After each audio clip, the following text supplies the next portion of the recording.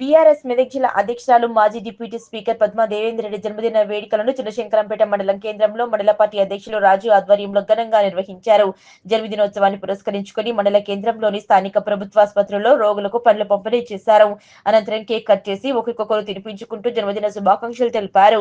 ఈ సందర్భంగా మండల పార్టీ అధ్యక్షులు రాజు మాట్లాడుతూ ఇలాంటి జన్మదిన వేడుకలు మరెన్నో జరుపుకోవాలని, రాబోయే రోజుల్లో మరింత ఉన్నత స్థాయికి ప్రజాసేవలో ముందుండాలని, ఆ భగవంతుడు పద్మా దేవేందర్ రెడ్డికి ఆరోగ్యాలు కల్పిస్తూ అష్టైశ్వర్యాలు కల్పించాలని భగవంతుడిని కోరుకున్నట్టు తెలిపారు.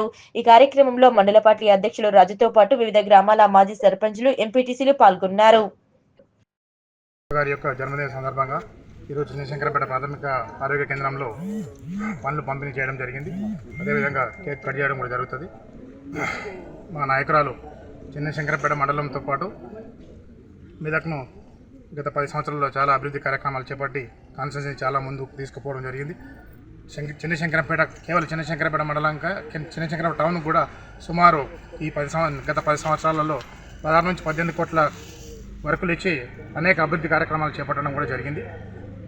అంతేకాకుండా ఇంకా కూడా ఎన్నో సంక్షేమ పథకాలు కూడా చేపట్టి ప్రజలకు చేదోడు వాదోడుగా ఉండడం జరిగింది. ఆ యొక్క మహానాయకురాలు నిండు నూరేళ్ళు ఆయుర ఆరోగ్యాలతో పాటు అష్టైశ్వర్యాలు కల్పించాలని చెప్పి, అదేవిధంగా ఇంకా మున్ముందు కూడా కాన్స్టిట్యూన్సీ ప్రజలకు, మండల ప్రజలకు ఆమె సేవ చేసే భాగ్యం ఆ భగవంతుడు కల్పించాలని చెప్పి కోరుకుంటూ జై హింద్, జై తెలంగాణ.